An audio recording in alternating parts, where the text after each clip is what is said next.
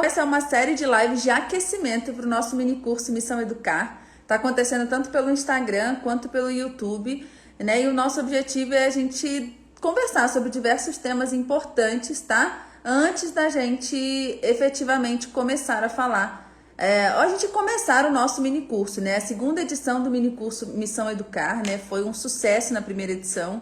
E já tem muitos professores que não puderam acompanhar na época e pediram, né, que ele voltasse. E também nós tem muitos professores novos chegando aqui na Educaetos, então é uma alegria poder realizar esse mini curso novamente, beleza? Bom, para aquecimento, gente, o meu objetivo é fazer com vocês um levantamento, um preâmbulo aí, né? Do que a gente precisa melhorar ou de quais são os grandes desafios, né, que a gente enfrenta, né, na sala de aula para que a gente possa vencer isso, tá? Para que a gente possa utilizar o mini curso da melhor forma possível, tá? De uma forma efetiva, tá? Para que eles gerem um efeito que seja o melhor possível, tá bem?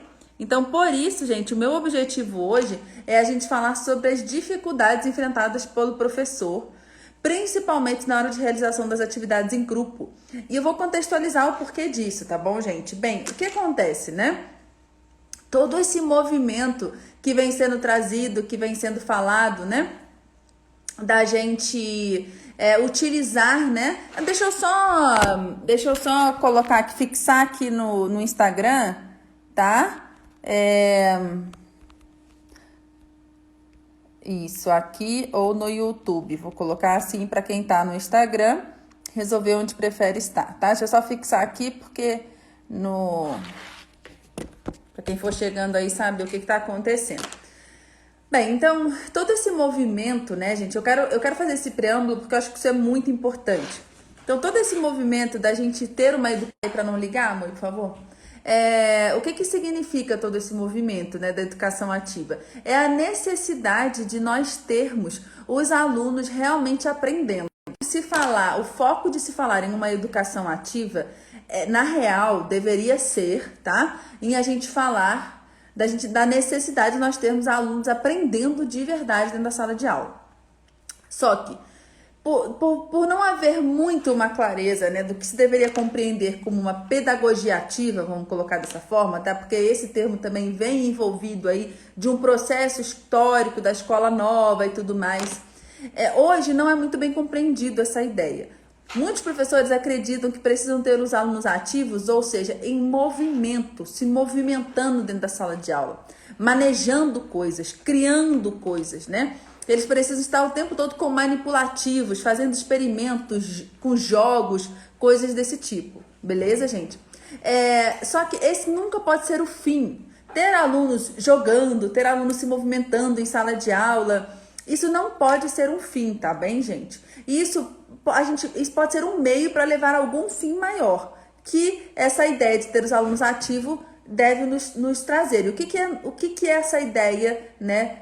Em que essa ideia deveria estar fundamentada? Na necessidade de a gente ter alunos aprendendo de verdade dentro da sala de aula, tá? Porque se nós não estivermos ativos, nós não estamos aprendendo de verdade. Por que você diz isso, Janaína?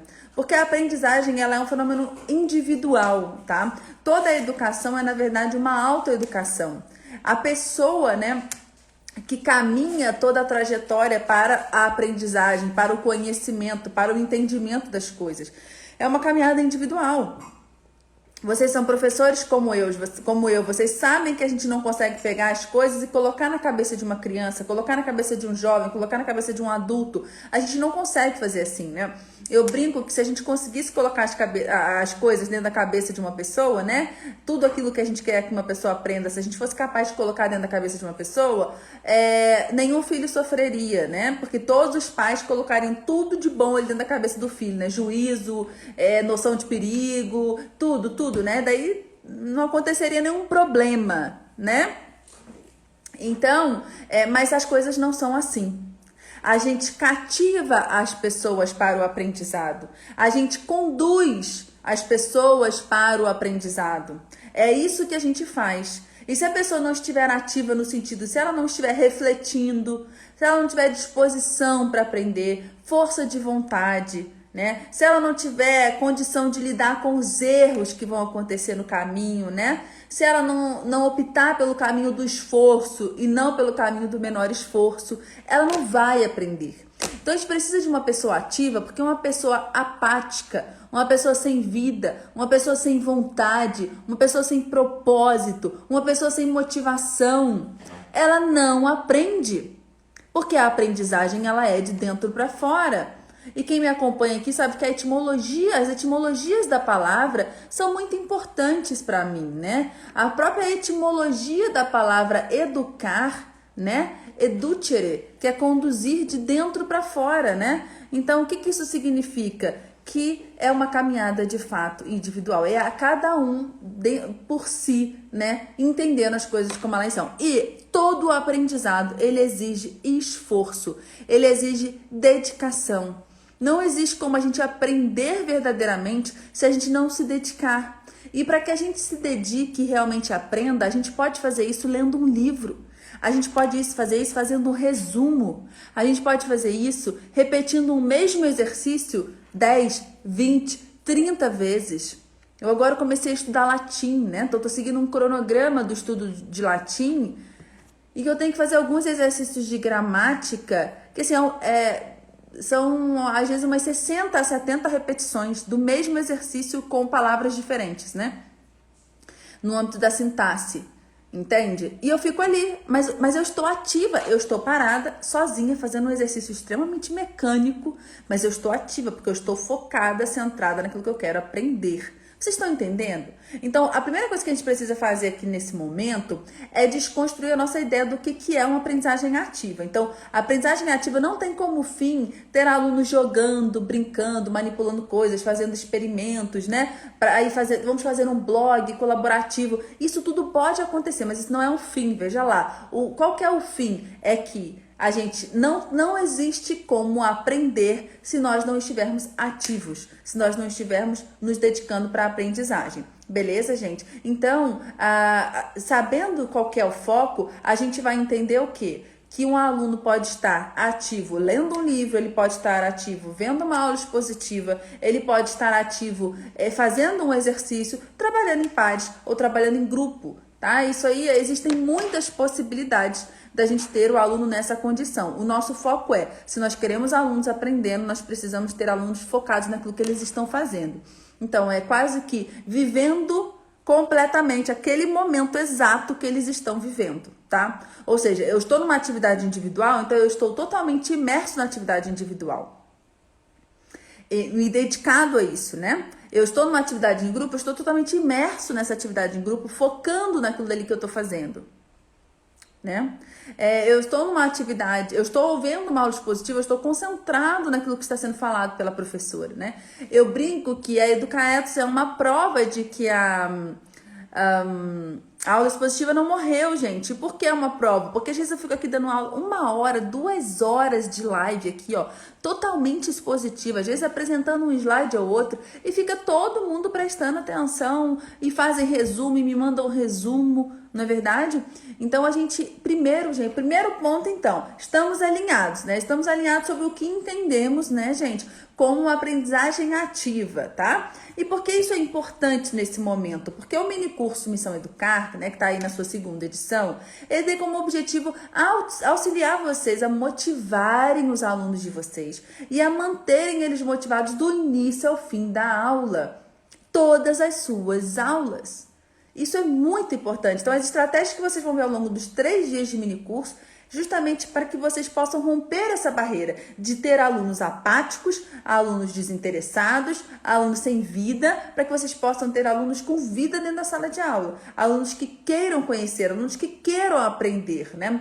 Então, um termômetro muito bom para vocês terem na sala de aula de vocês é quando vocês dão um conceito e os alunos aceitam o conceito e ponto final. Eles não ficam perguntando coisas sobre o conceito, tá? Vamos dar um exemplo, tá bem? Você chega e aí você coloca assim, olha, isto aqui é uma bananeira, tá? E esta bananeira tem uma bainha foliar, tá? E na verdade o que ela tem não é um tronco, o que a bananeira tem é uma bainha foliar, tá? Ponto. Os alunos vão lá, anotam no caderno, ok, bananeira, bainha foliar. Quando você fala isso, para aí, gente, para aí, os alunos não perguntam mais nada. Isso é um termômetro, isso é um sinal de que na sua sala de aula os alunos estão apáticos, os alunos não estão ativos, tá bem? Ok, gente? Isso é muito importante de vocês saberem. E por que, Janaína? Por quê? Se a gente for olhar a taxonomia de Bloom, tá? A gente vai falar disso melhor na nossa aula de amanhã, tá? E no mini curso Missão Educar mais ainda, tá bem? Mas se a gente for pensar na taxonomia de Bloom, a base da taxonomia de Bloom é o quê? É o relembrar, né? O relembrar. É a gente ser capaz de relembrar alguma coisa que a gente ouviu. Por exemplo, que as bananeiras têm bainhas foliares, tá? Ok? O segundo nível da taxonomia de Bloom é o entender.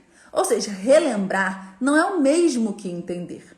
Então, ser capaz de relembrar, ainda que seja uma coisa muito importante, e esse é um outro adendo que eu faço aqui, as pessoas querem acabar com a memorização, e o fim da memorização também é o fim da aprendizagem, porque a base para o entendimento é sim também a memorização, então ela é importante, tá?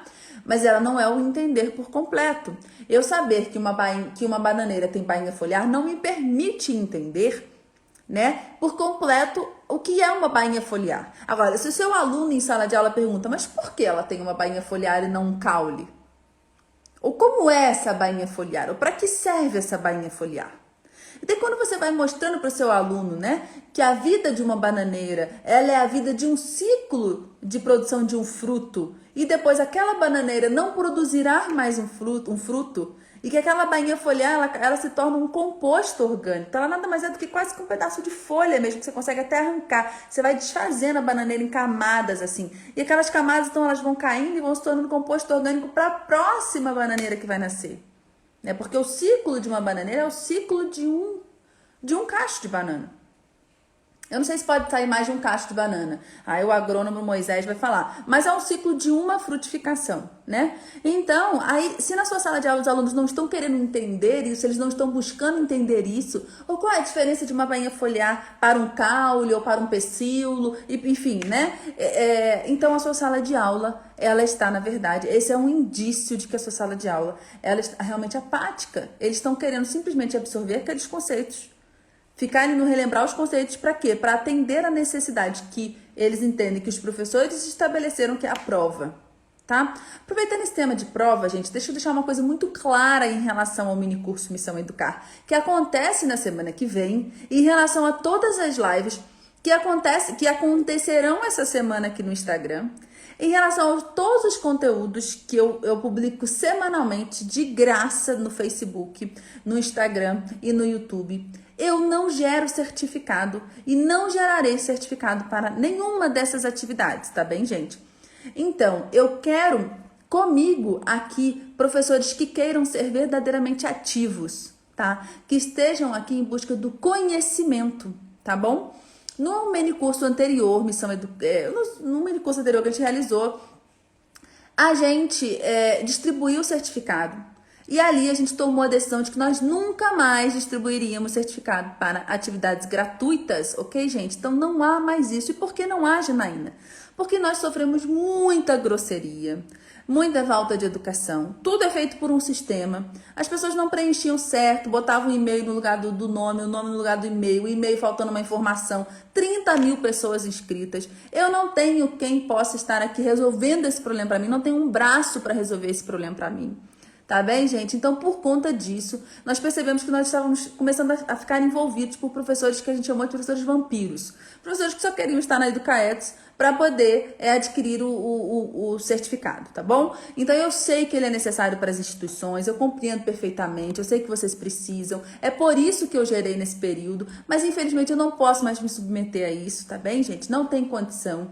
E eu quero realmente que os professores estejam aqui pelo conhecimento. Contudo, em todos os meus cursos online, o curso de aprendizagem ativa na prática, o curso plano de aula inovadora, tá? Eles geram sim certificado quando você finaliza, tá bem? Mas se você quiser estar aqui aprendendo Eu fico horas preparando as lives, as aulas, os materiais complementares. No mini curso Missão Educar, além das aulas, vocês vão ter o caderno de exercícios ao final de cada aula. Nós vamos ter lives diárias para tirar dúvidas. Tudo isso é gratuito, gente. Se isso não vale para você porque não tem certificado, você não combina com a Educaetos. Então estamos resolvidos, tá bom? Estou falando isso com vocês com muito carinho, tá bem? Com muito amor, de verdade. Porque a gente já precisa deixar muito claro quais são os critérios da nossa relação, que para muitos só está começando agora, né? Se tem aluno meu aí assistindo a live no Instagram ou no YouTube, fala assim, sou seu aluno e tal, comenta aí.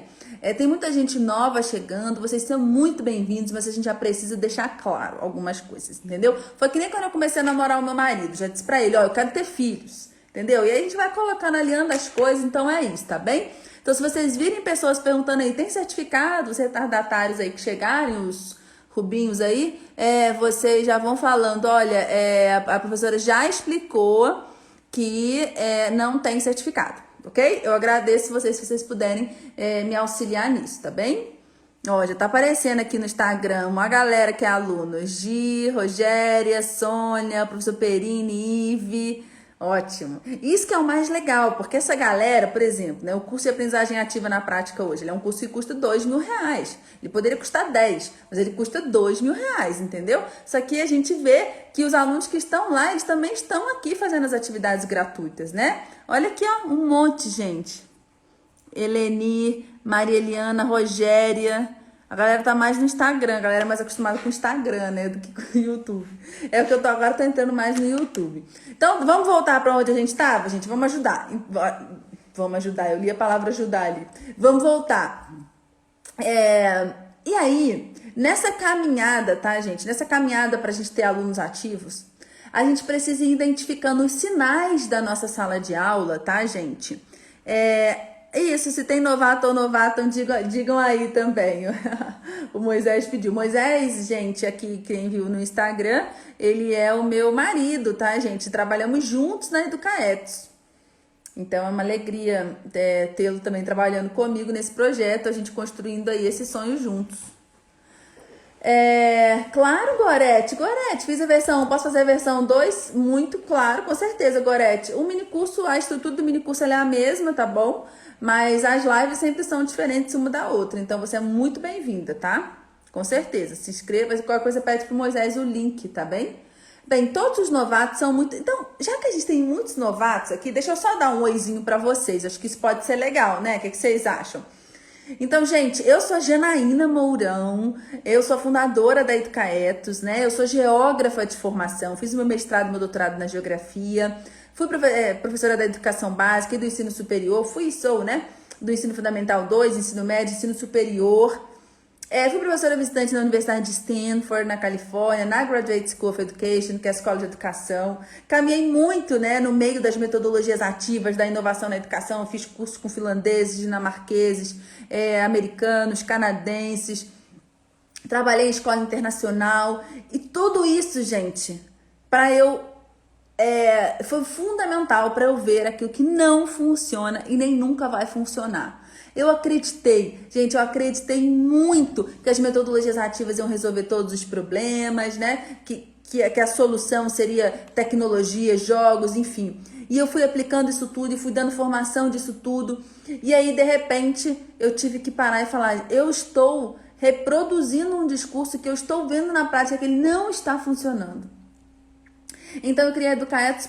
Aí eu fiz assim, na verdade, primeiro eu vivi todo um processo interno, né, de reestruturar a rota da minha docência, descobri aonde estavam os problemas, vivi isso tudo e então eu desenvolvi um método, que é um método que eu vou revelar para vocês durante o minicurso, tá? É o método 4FE, vocês vão conhecer ele com detalhes ao longo do minicurso, tá bom, gente? E que é um método que eu esmiuço também lá no curso de aprendizagem ativa na prática, para quem é meu aluno aí sabe. Tá bem, gente? Então, e aí o objetivo da Educaetos, eu digo, é formar integralmente um professor, tá? Porque só assim a gente realmente vai poder formar os nossos alunos, beleza? Mas então vamos seguir, gente.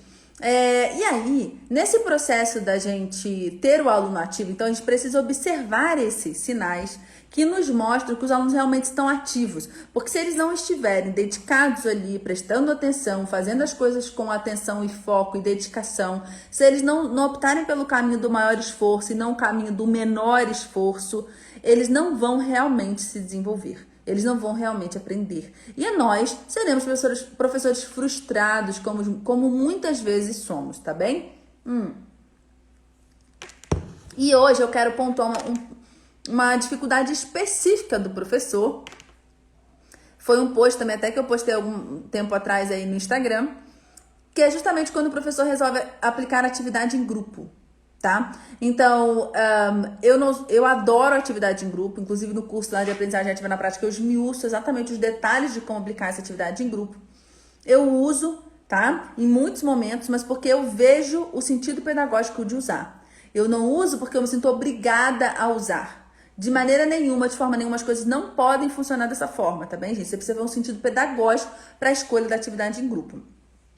Mas, de fato, existe, gente, vamos dizer assim, uma dificuldade, tá, gente, de realização da atividade em grupo por conta de alguns elementos que é o que eu quero falar com vocês hoje aqui, tá bem? E que impedem, né, que os alunos fiquem ativos da melhor forma possível, tá? Então, a primeira coisa, o primeiro problema que eu quero esmiuçar com vocês, peguem um caderninho aí, vamos começar a fazer as anotações. É a gente saber o melhor momento para a gente usar a atividade em grupo, tá bem? Porque quando o professor ele acredita que os alunos ativos são aqueles alunos que estão produzindo algo, manipulando algo, fazendo um experimento, o professor ele acha que ele tem que fazer trabalho em grupo o tempo inteiro. Então ele se sente quase que obrigado a fazer isso, tá? E aí o que é esse trabalho em grupo que eu estou falando aqui? Então isso é um ponto também que a gente tem que alinhar aqui. Esse trabalho em grupo que eu tô falando não é o trabalho em grupo que você passa um trabalho e os alunos têm que fazer em casa, depois apresentar um seminário em sala, por exemplo, entendeu? Não é desse trabalho em grupo que eu tô falando, tá? Você vai dividir a sua turma, vai passar e vai deixar que eles se resolvam lá na casa deles. E porque a gente já sabe que esse trabalho em grupo aí é um fracasso, né? Porque o que acontece? Os alunos, só um que faz, a maioria não faz, e a gente sabe disso se a gente for pensar na gente como aluno, né? Se a gente for lembrar da gente como aluno, a gente sabe que esse negócio é uma bagaça, tá, gente? Desculpa o termo. Que é só um que faz, no máximo 2. Na hora de apresentar, a gente olha lá, tem 2 que estão olhando pro lado, não sabe o que dizer, ou que decoram uma coisa na hora para falar que o grupo mandou ele decorar para ele não ficar tão feio para ele. Então, é aquele trem que fica mais mal ajambrado possível. E, impressionantemente, é uma coisa que a gente reproduz muito dentro da sala de aula, uma coisa que a gente vê que não funciona.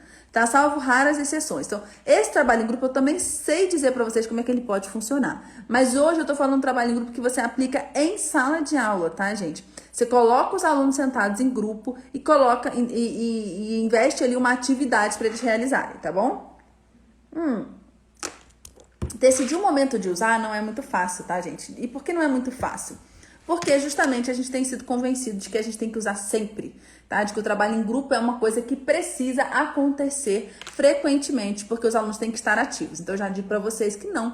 Isso não é uma coisa que tem que acontecer sempre, não é uma coisa que tem que acontecer com tanta frequência assim, tá bem? O importante é que ele aconteça de uma forma efetiva, tá bem? Se você, na verdade, se você estiver trabalhando com alguma coisa que mostra que você vai precisar, muito também, aí é uma particularidade, a gente vai trabalhar com um projeto grande e tal, e tudo bem, a sua situação você pode, então, utilizar também em várias aulas, tá? Mas, então, para você resolver, o que você precisa pensar existe uma necessidade pedagógica de que os alunos aprendam juntos. Vai fazer diferença, tá? Para esse conteúdo, para isso que eu quero que eles aprendam juntos. E não é só porque estão dizendo por aí que na escola tem que fazer a construção do conhecimento coletivo. Não, gente, pelo amor de Deus, tá? Não é por isso, gente. Não é por isso que você vai tomar essa decisão, tá? Até porque a gente sabe muito bem que a socialização na escola, ela parece linda, mas na prática ela não é tão linda assim. Tá bem? A gente sabe muito bem que há muitos conflitos, há muitas tribos, né? A gente sabe também que existe o grande problema de que, na verdade, as pessoas que estão ali convivendo são pessoas de uma mesma realidade, pessoas da mesma idade. Então, é uma socialização muito limitada, né? Quando a gente fala assim de uma socialização, por exemplo, dentro de um âmbito familiar, assim, pensa numa... Se você tem uma família, assim, que se reúne no Natal, pensa nessa socialização. Essa é a ideal, tá, gente? Tipo assim, você tem lá a mãe, o pai, o irmão mais novo, a avó, o vô, então você tem idosos, você tem aquela tia que fala pra caramba, né, que tá ali na meia idade, aí você tem um monte de criança correndo pela casa. Então, o que é a verdadeira socialização? Aí você sai ali no condomínio, tem a galera que mora ali e tal, né? Então, a verdadeira socialização é você estar com pessoas de diversas idades e de diversos contextos também, tá? Então, é você saber tratar todas as pessoas, saber conviver bem com todas as pessoas, não importa a idade que elas tenham, né, e qual contexto que elas vivam ou venham, tá, gente? Então, a escola, a socialização, ela é naturalmente uma socialização muito limitada. E dentro da sala de aula, a gente sabe, né? É muito tribalismo, a galera fica ali naquele grupo deles e tudo mais. A gente vai conseguir mudar isso? Até determinado ponto, a gente consegue melhorar isso, tá, gente? A gente consegue melhorar. Só que a gente não consegue resolver isso por completo, tá bem? A gente não consegue resolver isso por completo. Então, se você sentir, ó, são 2 pontos que você tem que levar em consideração. Se você sentir que existe uma necessidade pedagógica, de que eles estejam juntos aprendendo, ok, opte pelo trabalho em grupo. Se você sentir que você precisa organizá-los em grupo, tá bem? Para que você possa trabalhar a diferenciação da aprendizagem, use o trabalho em grupo. O que é a diferenciação da aprendizagem? Significa que, se você percebeu através de avaliação diagnóstica, tá bem? Que a sua sala de aula, ela tem alunos, né? Que eles estão em um determinado nível e outros alunos estão no nível um pouco mais elevado, pode ser interessante que você trabalhe com 2 grupos, 2 grandes grupos, e esse grande grupo pode se dividir em 2, 3 pequenos grupos, tá? Imagina que são, sei lá, 15 alunos que estão no nível mais baixo, 15 alunos que estão no nível mais elevado, tá bem? Então, você pode organizar 3 grupos de 5 no nível mais baixo e 3 níveis de 5 no grupo mais elevado, entendeu? Essa é uma coisa que você pode fazer, tá bem? Porque você viu uma necessidade aí, no caso, instrucional, tá? Você precisa passar atividades diferentes, você precisa fazer uma diferenciação da aprendizagem. Você precisa que um grupo trabalhe com uma atividade um pouco mais rudimentar, vamos dizer assim, enquanto um outro grupo já trabalha com uma atividade um pouco mais complexa, porque eles estão em níveis diferentes. Então, use a atividade em grupo, é uma ótima ferramenta para você fazer essa caminhada de diferenciação e de personalização da educação, tá bem? Isso eu não vou aprofundar muito aqui, mas tem vários posts aí que vocês podem acompanhar sobre os centros de aprendizagem que ajudam nessa tarefa aí de diferenciação. Então, essas são as duas, vamos dizer assim, os 2 critérios que eu utilizaria, tá, como referência, que eu utilizaria como eu utilizo como referência, tá, para escolher realizar trabalho em grupo, ok? Beleza. A segunda coisa em relação ao trabalho em grupo é definir a tarefa mais adequada, tá bem? Então, como é que eu defino a tarefa mais adequada? A grande questão é que a gente quer colocar no trabalho em grupo tarefas que deveriam ser realizadas individualmente. Então, não vai funcionar. Se você está realizando um trabalho em grupo, você tem que organizar esse trabalho de modo que cada membro do grupo seja importante para o trabalho. Se você não realiza o trabalho em grupo dessa maneira, em que todos percebam que a sua ação ela é importante, a coisa não vai funcionar direito. Tá? A coisa não vai funcionar direito. Então, a não ser que você esteja trabalhando com um centro de aprendizagem, que a gente chama de centro independente, ou seja, você só colocou eles ali em grupo para facilitar, para observar eles, mas cada um está fazendo uma atividade independente, você precisa que o trabalho em grupo ele seja realizado com todos os membros participando. Então, a tarefa mais adequada para isso é uma tarefa que deve ser uma tarefa que a gente chama de tarefa aberta, ou seja, ela deve ser redigida na forma até de um desafio que deve ser cumprido por eles, uma meta que eles devem alcançar. E que eles, enquanto grupo, vão precisar trilhar aquele caminho dali para alcançar aquela meta.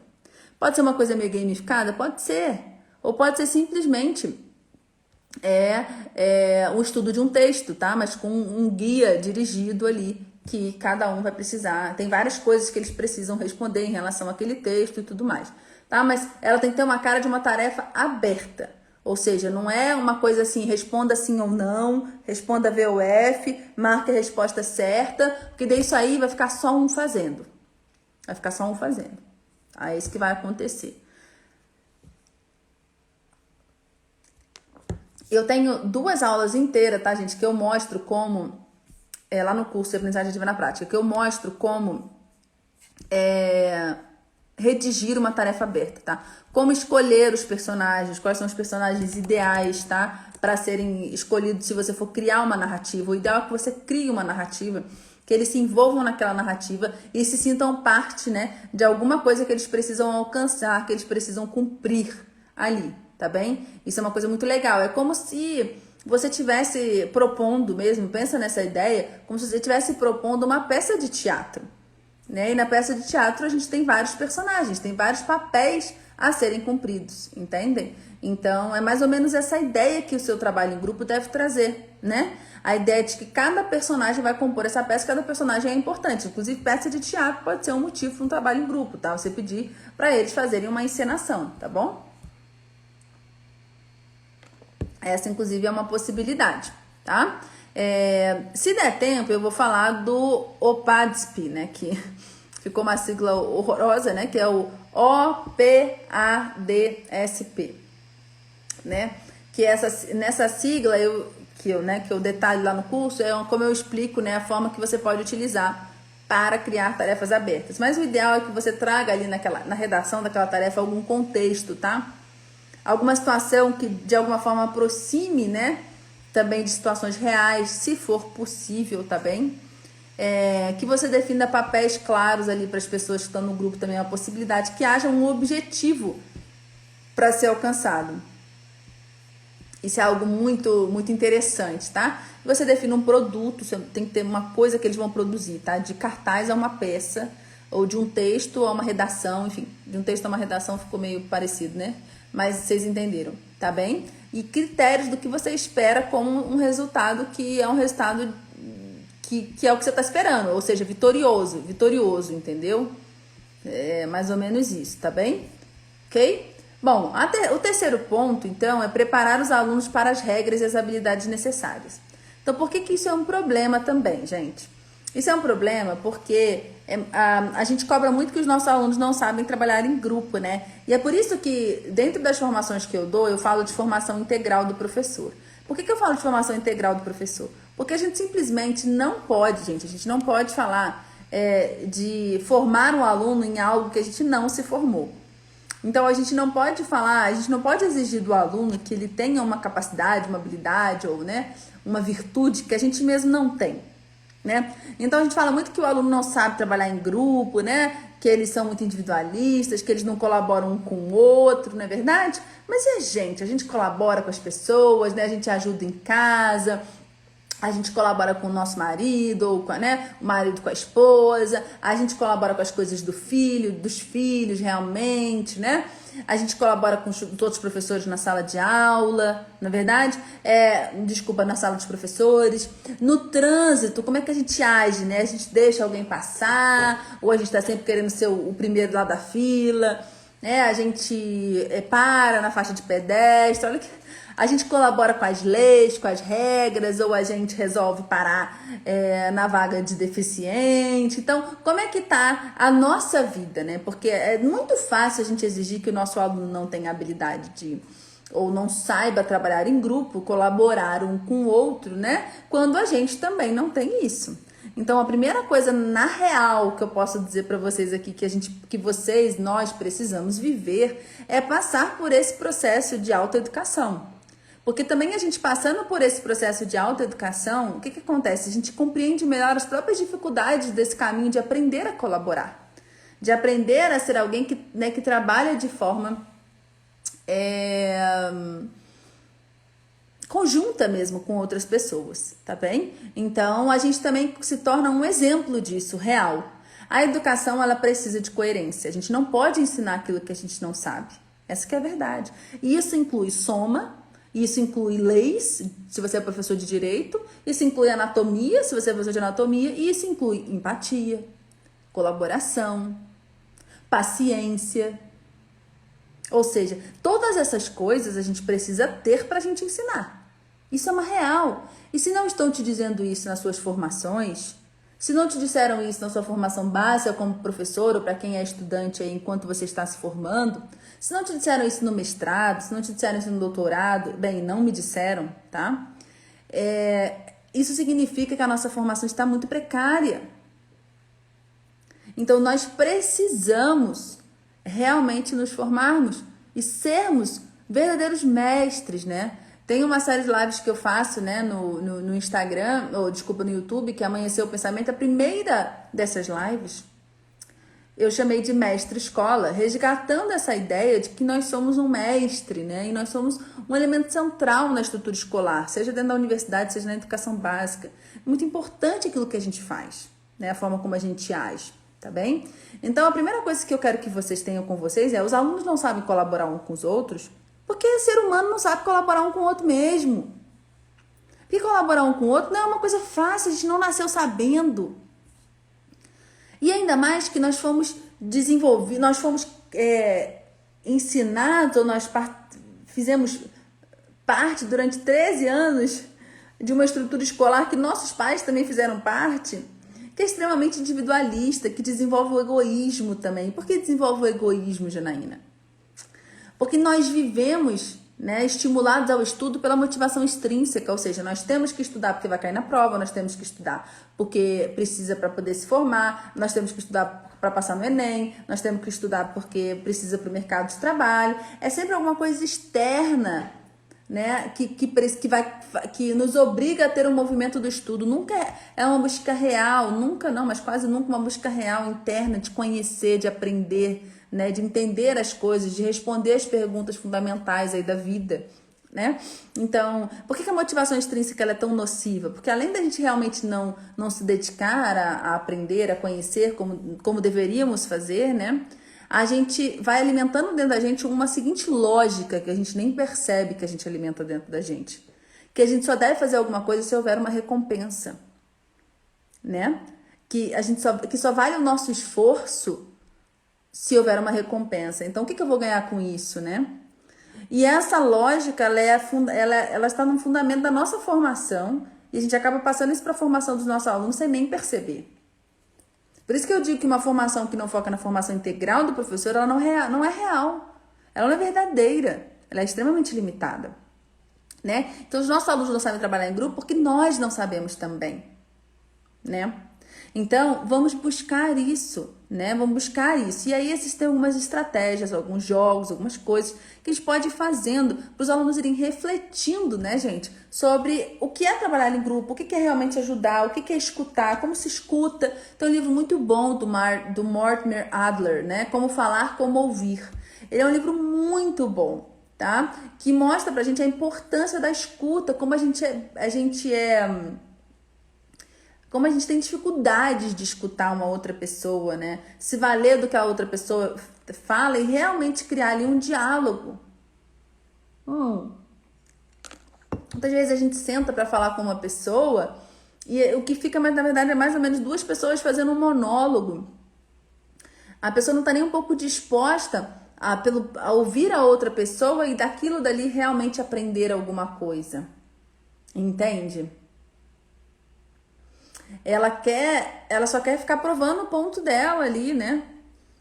Então, fica dois monólogos ali, a coisa não se torna realmente um diálogo. Quando a gente lê, por exemplo, o livro do De Magistro, que a gente vai estudar agora no Clube de Leitura da Educaetes e tal, Santo Agostinho falando com Adeodato, perguntas e respostas, um vai mudando a opinião quando o outro fala e acrescenta alguma coisa que serve para o outro, ou seja, é realmente a ideia de... A coisa mais importante aqui é o aprendizado, é o conhecimento, é encontrar o conhecimento, encontrar a verdade, não é eu provar o ponto de vista que eu tenho. E essa lógica não existe, gente, nos dias de hoje. Não em supremacia, mas em exceções, né? Então, a gente precisa realmente ter essas reflexões com os nossos alunos. é preciso a gente dar um passo atrás. Antes da gente efetivamente começar as atividades em grupo no tema que a gente leciona, seja matemática, seja direito penal, não importa, a gente ensinar os nossos alunos a trabalharem em grupo. Sempre pensando que nós termos a todo momento na nossa vida essa postura de se reparar, de se olhar melhor, né? Como a gente tem conseguido lidar com a outra pessoa. Eu costumo dizer, né, que se nós soubéssemos trabalhar em grupo ou conviver bem com as outras pessoas, São Francisco não teria tido a necessidade de redigir a sua oração, né? Que inclusive é maravilhosa, eu amo, para mim né? Não é à toa que eu tenho um filho chamado Francisco. É uma oração para mim que eu tenho muito respeito e que eu utilizo muito na minha vida como referência. E é isso, assim, a gente compreender mais do que ser compreendido, amar mais do que ser amado, ou seja, a gente tirar o foco da gente e ter uma motivação que seja uma motivação mais transcendental, ou seja, que transcenda a gente, que se expanda para os outros, para as outras pessoas, né? É só assim que a gente realmente consegue conviver, né? É só assim que a gente realmente consegue colaborar. Então não é uma coisa simples assim de trabalhar determinadas habilidades, entendeu? É uma coisa muito mais profunda da forma como a pessoa olha para o mundo. Então uma pessoa que olha para o mundo e ela se vê no centro do mundo, que as coisas mais importantes são as suas próprias necessidades. Ela acha que tudo acontece por causa dela, né? Se uma pessoa aparece com a cara feia, ela já acha que é porque é ela, não sei o que, tudo é ela, né? Então essa pessoa ela não vai conseguir realmente conviver de uma forma saudável, de uma forma salutar. Porque as premissas básicas da existência para ela, elas estão deturpadas, tá? Mas a gente precisa preparar, então, a gente precisa trazer para a nossa sala de aula esse movimento, tá bom? O livro é o De Magistro. Bom, perguntaram ali. O 4, gente, a Patrícia até escreveu aqui, triste realidade. E uma coisa que é muito importante para quem também está chegando na Educaetos, né, para quem já está aqui há mais tempo, todas essas coisas que eu falo estão em mim, estão na gente que está aqui. Então, uma coisa muito importante para quem quer seguir a Educaetos é buscar ter humildade na vida. Então, assim, não é olhar, realmente eu conheço vários professores que são assim. Nossa, eu conheço várias pessoas que são assim. É a gente assumir que a gente é assim, tá? Que essa é uma realidade nossa. É a gente ver isso no espelho. Porque é muito fácil a gente olhar nos outros, não é verdade? Mas o nosso movimento aqui é da gente ver essas questões na gente e a gente focar no nosso desenvolvimento. Porque daí com a nossa autoeducação, a gente vai ser muito mais capaz de educar os nossos alunos também, tá bem? Então, vamos enxergar todas as coisas que eu tô falando aqui na gente em primeiro lugar, ok? Isso é um combinado que eu quero fazer com vocês. Então, assim, entrou na Educaetos é um convite para autodesenvolvimento, para a autotransformação. Janaína, você é coach? Não, não sou coach. Mas eu não posso falar para vocês de algo diferente daquilo que eu vivi. E foi justamente essa caminhada que me levou a alcançar aquilo que eu alcancei na educação. A ter alunos realmente engajados, motivados do início ao fim da aula. A encontrar um sentido real para a minha prática pedagógica. E todas as montanhas, as barreiras, né? Elas serem, na verdade, um estímulo para que eu continue na minha caminhada como docente. O quarto ponto é lidar com conflitos de liderança. Então, né, vocês devem saber que existem alunos que têm uma tendência maior, tá? De controle dentro da sala de aula e dentro do trabalho em grupo, isso vai acontecer. Ele que quer ler o texto, ele quer dar as respostas, ele quer que tudo aconteça do jeito dele, ele ou ela, tá, gente? Quer dar o caminho, acha que entendeu melhor do que todo mundo. Então, a gente precisa... esse é uma grande dificuldade da realização do trabalho em grupo, é lidar com esses conflitos de liderança, tá bem? Então, é claro que é muito legal quando a pessoa tem uma tendência maior à liderança, a gente deve estimular isso. Essa pessoa não é má, essa pessoa não é ruim, isso não é um defeito, tá bem? Só que o que ela precisa entender é ter também essa motivação mais transcendente, né? Para que a gente possa se desenvolver mais, né? Então, ir mostrando isso e ao mesmo tempo dando espaço para que outras pessoas eles se mostrem mais, se revelem mais, isso é muito importante. O quinto ponto é incentivar os alunos tímidos a falarem. Essa é uma grande dificuldade também que os professores enfrentam dentro do trabalho em grupo, que é como incentivar esses alunos tímidos a falar. Como é que a gente pode fazer isso, né? Aquele aluno que você chama, ele olha para o lado, olha para o outro, ele fala uma palavra, ele não se expressa. Muitas coisas estão inseridas nisso daí, podem estar inseridas nisso daí, né? Nessa timidez. E não necessariamente é porque o aluno não está entendendo. Às vezes mas não necessariamente, tá? Por um lado, o aluno, quando ele não se comunica muito, geralmente alguns desses alunos, quando eles falam coisas certeiras, né? Então eles são mais seletivos na fala. E isso me parece uma ótima qualidade. Na verdade, meu marido é assim, né? E eu acredito que isso seja uma qualidade, sim, entendeu? Agora, o grande problema é quando o aluno não está falando nada e a gente não sabe o que ele está entendendo e ele não está entendendo nada. E aí, porque ele não fala, a gente não consegue diagnosticar. Então, fica uma situação complicada, tá bem? Então, é muito importante ir desenvolvendo essa confiança, né, do aluno dentro da sala de aula para que ele possa expressar mais, a gente possa, enfim, auxiliá-lo realmente no processo, né, a aprender, tá? Se desenvolver. E o sexto ponto é avaliar o desempenho individual.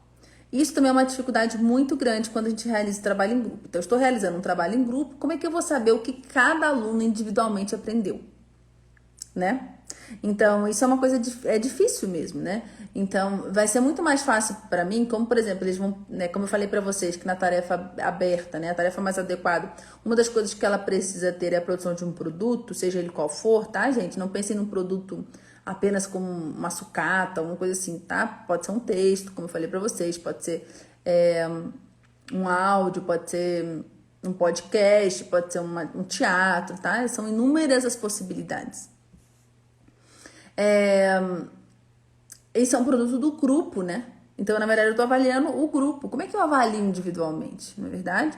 Então, existem algumas estratégias que a gente pode utilizar, uma avaliação 360 ali que cada um fale, né? O que percebeu, o que entendeu. Você pode ter um portfólio, que aí no final cada um vai ter que inserir, cada aluno do grupo vai ter que inserir um relatório individual sobre o trabalho realizado, um parágrafo, um texto, uma página escrito por ele, tá?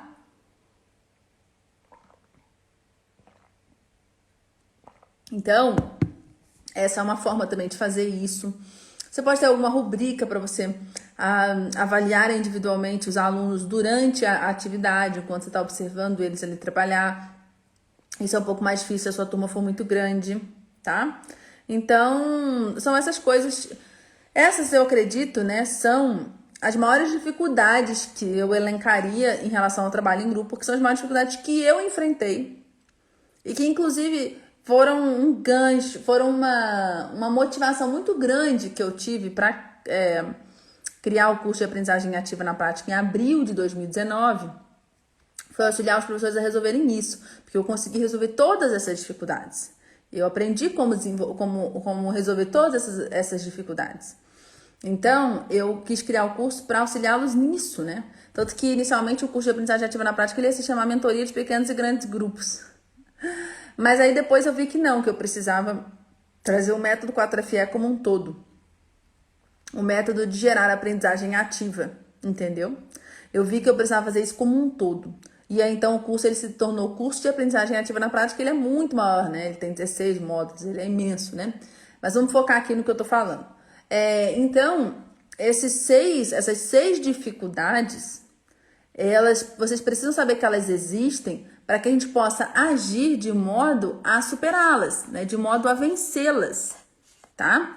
E existem estratégias para isso. Então, no mini curso Missão Educar, quando as aulas começarem na semana que vem, vocês vão ver toda a caminhada de autoformação que vai contribuir também, né, para solucionar essas questões. Agora, me comentem aí, por favor, gente, comentem aí, por favor. Qual dessas dificuldades? Tem 1, 2, 3, 4, 5 e 6, né? Qual dessas dificuldades aí vocês... Escrevam aí para mim qual vocês acreditam, né, que sejam as 3 mais difíceis para vocês. Aí coloquem aí se for a 1, a 4 e a 6, ou a 2, a 3 e a 5, tá? Coloquem aí para mim nos comentários, tanto no Instagram quanto no YouTube, quais que vocês consideram que sejam as 3 maiores dificuldades para a realização do trabalho em grupo, por favor, tá? Isso vai ser importante também para ter um panorama de como é que eu posso ajudar melhor vocês. As três maiores, 2, 3 e 6. Vamos vendo aqui.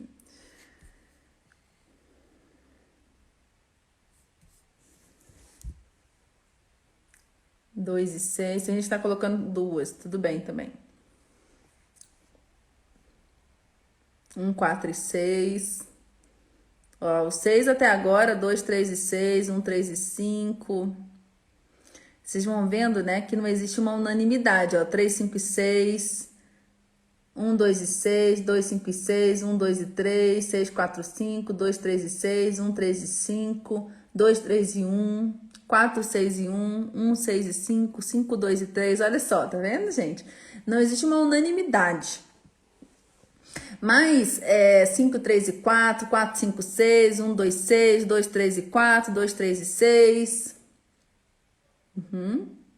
Pois é, não existe uma unanimidade, mas sabemos, né, que eu falei para vocês definirem as três maiores. Para alguns, né, eu até pensei numa época em colocar uma escala, né, de dificuldades, mas aí eu vi que isso realmente não poderia ser colocado dessa forma, né? E essa que está à prova, né, pela diversidade das respostas, mas o que a gente observa, gente, é que para cada professor, alguns desafios às vezes se apresentam mais do que outros, seja porque eles têm tido mais habilidade em resolver alguns desafios que outros não têm tido tanto, seja às vezes até pelo contexto em que lecionam. Muitas vezes é ensino superior, se é educação básica, se é escola pública, se é escola privada, né? Se é início do Fundamental 1, se é final do ensino médio. Então, alguns contextos podem variar aí, né, essa percepção também, tá bem? Mas não se preocupem, porque tudo que a gente traz aqui serve para a educação básica e o ensino superior, para todos, tá bem? Para todos. Alguém perguntou aí em relação ao conflito de liderança, né, gente? O demagistro que eu tenho, tem os dois, tá, gente? Moi, você quer mandar o link aí no Instagram também? Você mandou? Não fica clicado. É verdade, não fica clicado. Tá, ele vai mandar no Telegram o livro para quem quiser adquirir, o link para quem quiser adquirir o livro, tá? Eu tenho dos dois, tá? Os dois demagistros, eu gosto dos dois, ok? Mas esse que eu falei do diálogo, eu tava falando do diálogo do Santo Agostinho, tá? O Santo Agostinho falando com a Deodato, tá? Bem, então alguém perguntou em relação à questão da liderança, né? Como eu trabalho isso. Bem, a questão da liderança é o seguinte. Existem muitas estratégias. Não vai ter como a gente falar isso, gente. Já deu 1 hora de live. Vocês acreditam nisso? Meu Deus do céu, não vai ter como a gente aprofundar tanta coisa que existe para falar, né? Mas uma coisa que eu trabalho lá no curso, né, é a ideia de status, ok? E essa é uma ideia que eu trouxe de uma literatura internacional. Eu tive um pouco de resistência no início, mas depois eu achei que atendeu para minha prática, tá? Que é você verificar realmente como determinados alunos são vistos pelos outros alunos, tá? E a importância que isso tem, né? Alguns alunos, eles realmente são vistos de uma forma mais elevada pelos outros alunos, como aquele que consegue fazer tudo melhor, tudo perfeito, aquele que tem a condição, vamos dizer, de guiar todo o grupo. E muitas vezes é um jovem, uma criança, um adulto que realmente tem essa condição, tá? Que ele realmente está sendo colocado num local que ele mereceu mesmo, né? O que a gente precisa avaliar é se tem alguns alunos que estão se colocando nessa posição de uma forma por um caminho que não é o caminho ideal, tá? Que é por um caminho ali mais utilizando determinadas artimanhas que não são saudáveis nem para ele, principalmente para ele, mas também não são para os outros, tá bem? Então a gente precisa observar esses detalhes para ver se inclusive não tá tendo agressividade, coisa desse tipo, né? Para a gente poder agir e auxiliar, né? Então, assim, infelizmente a gente ouve coisas muito pesadas que acontecem em escola pública, de alguns alunos que obrigam outros alunos a realizarem coisas que eles não querem realizar, né? A fazer coisas que eles não querem fazer, a ter determinados atos que eles não querem, por uma atitude opressora mesmo. Eu falei principalmente escola pública no sentido de atos bem, vamos colocar assim, de um nível bem baixo mesmo, tá, gente? De um nível bem baixo. Mas isso também acontece na escola particular, tá? Isso também acontece na escola particular muitas vezes por uma questão de dinheiro ou de posição que o pai ou a mãe tenha, política e tal. Então, essas coisas a gente tem que observar, essa liderança aí, né? Se ela é uma liderança nata, real, que a pessoa mereceu e que bom incentivar e parabenizar, né? Ou se realmente existe uma liderança ali um pouco mais delicada, tá bem? Bem, e aí a gente tem que realmente fazer algumas mediações que vão auxiliar nisso daí. Dentre elas, o estabelecimento de funções dentro do grupo, tá? E dar a função de líder para pessoas que não têm exercido essa liderança de forma natural na sala. Essa é uma estratégia, tá? Mas existem muitas outras estratégias. Esse livro, gente, o The Magister, ele é um livro profundíssimo, tá? Quem for comprar e resolver ler, vai se deparar pela primeira vez com um livro realmente profundo. Pela primeira vez, você não sabe o que eu li? Eu quero dizer assim, na área da educação. Porque eu fiz licenciatura, fui professora do curso de pedagogia. Eu já trabalhei, né, editando, ajudando a reformular os currículos dos cursos de pedagogia. Então, eu sei o que é ensinado ali, eu sei qual é a bibliografia dominante. Em todas as disciplinas, praticamente, né? Então, quando você vê um livro que tem profundidade filosófica, que tem embora seja uma tradução, um português bem empregado, uma forma de entender as coisas, que é o que deveria ser o mais lógico, mas é o que a gente não utiliza, né? Que é aquele vai e vendo. Então é isso, mas e isso? Mas será que é assim? Mas e isso aqui? Você vai adicionando os componentes, você vai percebendo que você tem muito para aprender. Por isso que é um livro que eu recomendo muito que se compre, para que você tenha quase que uma noção da própria ignorância mesmo, tá? De como nós somos analfabetos funcionais, como nós temos dificuldade de aprendizado. Nós, professores, como nós temos dificuldade de emprego da língua portuguesa. Então, é por isso que é preciso humildade para seguir na Educaetos. É que eu digo assim, eu não estou aqui caçando seguidores, né? Eu estou aqui caçando corajosos que queiram realmente ver a situação real que nós estamos vivendo. Que é resultado, né, da formação que nós tivemos como alunos na educação básica e depois como alunos da educação superior. E o que nós somos, o que nós sabemos hoje, né? Então, a gente vê o quanto é limitado que nós sabemos, né? O quanto nós não conhecemos a história da educação.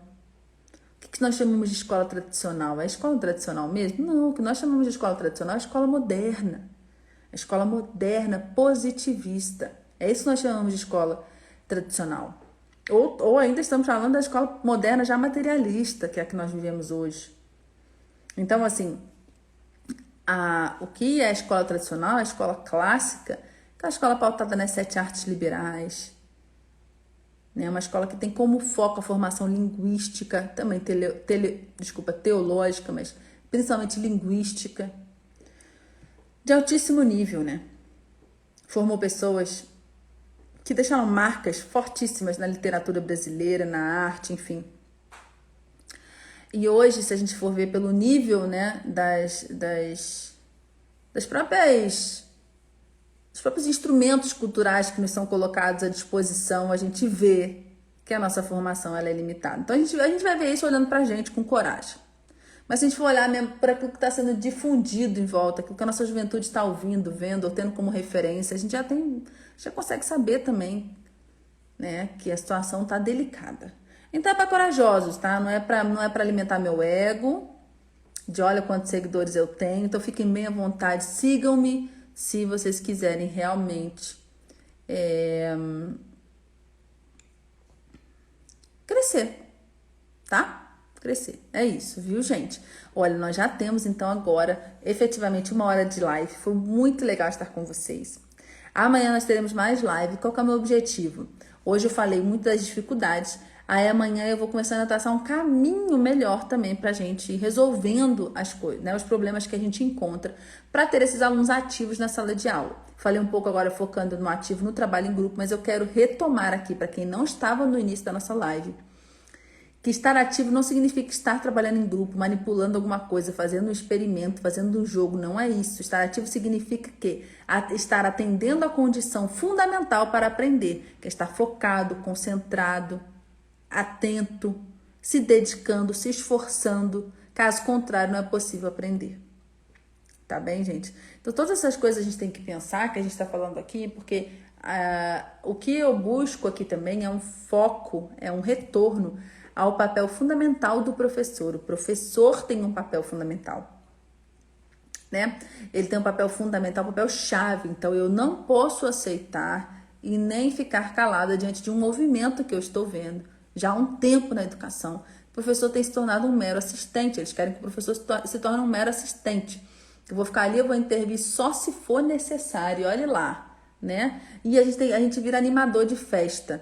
A gente está virando animador de festa. Para ter aluno engajado, eu tenho que jogar, eu tenho que me vestir, eu tenho que fantasiar, eu tenho que colocar a música em sala de aula. E de novo, não é que você não possa fazer nada disso, entendeu? Mas isso você vai motivar ali naquele momento. Depois você vai precisar fazer mais coisa. Porque o que está faltando é os alunos realmente quererem aprender. Terem essa busca real pelo aprendizado. Tá? Entenderem o porquê que eles precisam estudar verdadeiramente, tá? Então, a gente precisa se colocar nesse lugar que é nosso, dessa centralidade do nosso papel na educação, né? E não queremos virar circenses dentro da sala de aula para poder motivar os nossos alunos, para agradar os nossos alunos. E também não achar que nós temos que nos tornar apenas facilitadores, assistentes. Nós somos mediadores, sim, mas somos mediadores no sentido mais elevado de ser mediador, que não é esse que tem sido propagado. Tá? Nós somos mediadores no sentido de que a gente conduz uma pessoa para a aprendizagem, naquela ideia que a gente falou no início da live, que a gente não coloca as coisas dentro da cabeça de uma outra pessoa, né? A gente não coloca, a gente não consegue, a gente não pode fazer isso, né? Não, essa não é a lei universal, as coisas não funcionam dessa forma nesse mundo, né? O que, por um lado, é uma coisa muito boa. Por um lado, é uma coisa muito boa. A gente saber que nós temos a condição de trilhar um caminho nosso para o aprendizado, que não pode vir qualquer pessoa e colocar dentro da minha cabeça alguma coisa.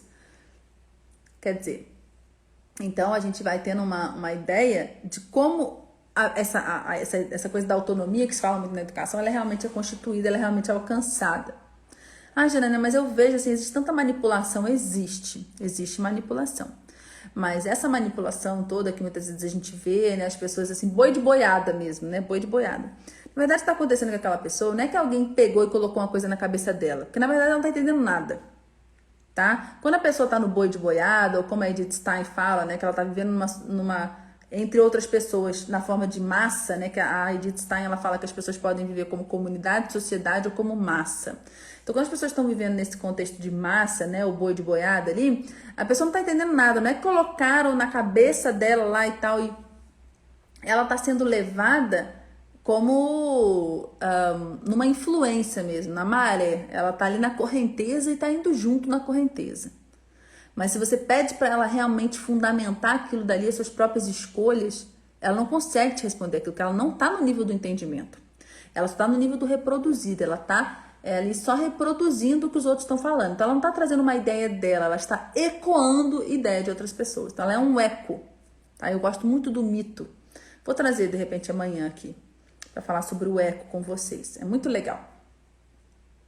Amor, anota para mim, para eu não esquecer. Trazer o mito do eco amanhã. Então, assim, é uma pessoa que está ecoando. Então, a pessoa que só ecoa alguma coisa de outra pessoa, né, que não está pensando por ela mesma, ela vai vivendo nessa atitude mesmo de massa, tá? Isso é muito bem relatado no livro 1984. Onde é que ele tá? Eu levei lá para cima. Isso é muito bem descrito lá, tá bem, gente? Então, o que tá acontecendo é isso, tá? É quase que a pessoa tá quase que vivendo numa, como é que é aquele negócio que a pessoa, do pêndulo? Não, mas aí você faz isso assim pra pessoa ficar como? Eu esqueci o nome. Hipnotizada. A pessoa tá numa hipnose, né? Tá? Então, não então a gente tem esse risco a gente sofre. Mas como é que a gente sofre esse risco? Quando a gente não tem um conhecimento bem consolidado, quando a gente não tem uma boa formação linguística. Isso tudo está explicado no livro 1974, tá? Você destrói a linguagem, você destrói a formação linguística, você destrói a formação humana. É isso que acontece, tá bom? Não é 1934 não, Rose, é 1984. Qualquer edição. Se você destrói a linguagem, você destrói a humanização. Isso, eu acho que eu tenho um livro aqui que fala disso. Não. Ah, tá aqui. Só um minutinho, gente. Ó. Ai, vou aproveitar e citar. Nossa live já era pra ter acabado, né, gente? Mas vamos lá. O método pedagógico dos jesuítas, eu estudo, né, o Ratio Studiorum há algum tempo. E tem um professor que ele faz uma análise sobre o método pedagógico dos jesuítas. É um padre, ele, inclusive. E eu admiro muito o método pedagógico, né, das escolas jesuíticas, né? O Ratio Studiorum, ele foi escrito em 1599, para vocês terem uma ideia. 1599. E ele traz uma pedagogia essencialmente ativa, tá? Não tem nada a ver com essa pedagogia ativa agora da escola nova, não. Não é isso, não. Que começou com a escola nova, tá? É uma coisa, é bem diferente, tá? Mas pressupõe que os alunos estejam ativos o tempo todo, pensando, falando, fazendo reflexões, fazendo repetições. Eles têm que fazer estudos de casa, eles têm que apresentar, eles têm que fazer suas defesas de tese, tá? Tem teatros, estão o tempo todo fazendo coisas, né? Mas olha só o que ele diz aqui, esse padre analisando o Ratio Studiorum. Tornar mais homem, eis o alvo em que mirava todo o trabalho educativo, né, das escolas jesuíticas. A utilidade instrumental do latim era um subproduto do currículo. A formação do homem pelo desenvolvimento harmonioso de suas faculdades, o seu objetivo primordial. Para atingi-lo, a linguagem constitui um instrumento mais adequado e eficiente. Só pela palavra pode o autor atingir o espírito do aluno. Só pela palavra pode o educador manifestar o próprio espírito. A linguagem é a expressão do espírito. A linguagem é, pois, um instrumento natural da formação humana. Né? Então, o que é esse espírito que está falando aqui? Né? É esse conteúdo existencial que nós temos que está para além da matéria. Né? Porque se nós fôssemos só matéria, né, apenas aquilo, quando a pessoa morre, o que acontece? Né? Porque a matéria está ali. Quando a gente vai no velório, a gente vê a matéria está ali. Mas cadê a pessoa? A pessoa não está. Então, a gente não é só isso. A gente tem um outro elemento, que é esse elemento espiritual. Então, a linguagem é, pois, um instrumento natural da formação humana. Então, se você destrói a linguagem, você destrói a formação humana. Tá, gente? Então, é importante a gente se formar nesse contexto. Se nutrir de bons livros, de literatura. Então, o que acontece? Se a gente não tem uma boa formação linguística, se a gente não tem isso bem fundamentado na gente, né, que era isso que as escolas tradicionais, as escolas clássicas faziam, e a gente chama de tradicional uma escola que não é tradicional, que é a escola positivista, que é diferente, ela sim realmente de fato merece muitas críticas. Por que se focava tanto, né, na formação da linguagem? Justamente por isso. Então, se a gente não tem uma boa formação linguística, a gente não consegue nem expressar o que a gente está sentindo. Então você vê aquela pessoa, né, que é o cara assim, que ele... vamos dizer, eu consigo imaginar, eu conheci essa pessoa de fato. Ele trabalhava na Embrapa, ele é especializado no cupim do cerrado que estava na área de Campo Limpo de Cerrado. Era isso, era aquele cupim, ele era especializado naquilo, ele fez pós-doutorado nesse cupim. Até aí você pode falar, Janaína, qual é o problema disso? Eu falei, não, realmente não é um problema nenhum disso, é uma escolha de vida, né? A pessoa pode amar estudar cupim. Mas aí, e aí isso aí já não estou me referindo a essa pessoa, não. Acontece muito que pessoas que focam muito numa especialização e acabam, elas só leem sobre aquilo, elas só focam naquilo, elas só estudam aquilo. Elas não leem literatura, elas acham todo o resto desnecessário. Aí ela tá lá no casamento dela, acontece uma situação, tá? No casamento, a pessoa não sabe nem expressar o que ela tá sentindo. Ela não sabe nem conversar, ela não sabe lidar com a situação. Porque ela focou não apenas no trabalho, como numa coisa muito específica dentro do trabalho. Então, ela não consegue lidar com os outros aspectos da vida dela. Quantos gênios a gente vê, né? Histórias de gênios aí na música, na linguagem, nas ciências, que tinham uma vida fracassada, né? A relação com os filhos, a relação com a esposa, a relação com todo o resto, né? A social, era tudo fracassado, né? Então, o que a gente vê, né? Que a gente precisa... ao mesmo tempo que a gente vê que a gente precisa se formar intelectualmente, a gente precisa se formar moralmente. E a linguagem, ela dá esse caminho se a pessoa quiser. Mas a pessoa tem que querer. Então a linguagem dá todos os subsídios, mas a pessoa precisa querer também se formar em todos esses contextos, né? Mas é a base. Olha, tem muita gente que tem essa base, mas também não chegou nesse alcance, mas é porque ela precisa ter essa vontade, essa busca, né? E efetivamente materializar isso na sua própria vida. Mas olha só, gente, eu tô indo para um ambiente extremamente filosófico, ninguém me parou, eu continuei falando, né? Vamos dormir, não é verdade? Não, gente, já passou de tempo, tá? Eu indico muitos livros sempre, acompanha aí as lives, gente, tá? O pessoal perguntou aqui como faço para participar do mini curso. Se eu não me engano, o link tá na bio, eu vou conferir se tá lá, tá bom? Essa aula vai ficar gravada, tá, gente? A gente vai deixar no YouTube. Ok? Beleza? Gente, então até amanhã, 21h33, nas lives de aquecimento. Quem tá gostando da live de aquecimento, fala aí. Fala aí que tá gostando, por favor. Só pra eu ficar animada aqui. Quem não tá gostando, não fala nada não, por favor, pra eu não ficar triste. Tô brincando, pode falar também. Fala se vocês estão gostando, porque eu tô tão ansiosa pro mini curso que vai começar semana que vem que eu quis fazer esses aquecimentos aqui. Eu quis fazer essas lives. Então tá, que bom que vocês estão gostando, gente, que ótimo. Então amanhã, 21h33, temos mais live, tá? Pra gente ir se aquecendo pro nosso mini curso que acontece, mini curso Missão Educar, semana que vem, de 9 a 13. Se vocês têm amigos que seria legal, né, participar do mini curso, eu vou pedir pro Moisés, então, para ele colocar lá dentro do canal do Telegram o link de inscrição do mini curso para vocês mandarem nos grupos que vocês pertencem, para os professores que são amigos de vocês, tá? Falam que vocês participaram dessa live hoje, o que vocês acharam, que acham que eles vão gostar, né? Vocês vão gostar que eles participem. Incentive, né, que mais professores venham. Estamos preparando tudo com muito carinho. Cada aula, né, gente, vai acompanhado de caderno de exercícios para você já colocar tudo em prática, ok? E ir materializando todos os aprendizados. Então, o mini curso se chama Missão Educar, tá? Que é essa coisa, a gente resgatar, né, esse sentido maior de educar para a gente poder realmente, na prática, ter alunos motivados e que estejam motivados do início ao fim da aula, tá? Isso é uma coisa muito importante. A gente tem uma sala de aula realmente onde haja uma aprendizagem ativa, tá bem? Ok? Sim, Karina, nós temos muito que aprender ainda. Isso que é o magnífico de existir. Isso que é o magnífico de ser humano, tá? Uma vaca não vai olhar para o horizonte e vai pensar, nossa, o quanto eu tenho para aprender. Porque ela simplesmente vai vivendo ali, tá, gente? Reagindo às necessidades que lhe aparecem. Um ser humano não. Um ser humano olha para o horizonte e pensa, puxa, quanto eu tenho para aprender, né? E isso é fantástico. Isso me lembra, inclusive, aquele conto, né, do Santo Agostinho no mar, na beira da praia. Mas, se vocês querem saber que história é essa do Santo Agostinho na beira da praia, então agora eu vou fazer um gancho aqui para vocês estarem aqui comigo amanhã. Então amanhã eu vou contar essa história do Santo Agostinho que tá lá na praia, pra gente poder fazer essa ligação aí com o comentário que não vi quem colocou aqui. E também eu prometi uma outra coisa que eu pedi pro Moisés me lembrar. Você lembra? E do mito também, tá? Sobre o eco. Não vou dar nenhum spoiler, é um mito grego. Mas, aguarda até amanhã, tá bom? Gente, então, tchauzinho, fiquem com Deus, boa noite, até amanhã, às 21h33. Com Deus.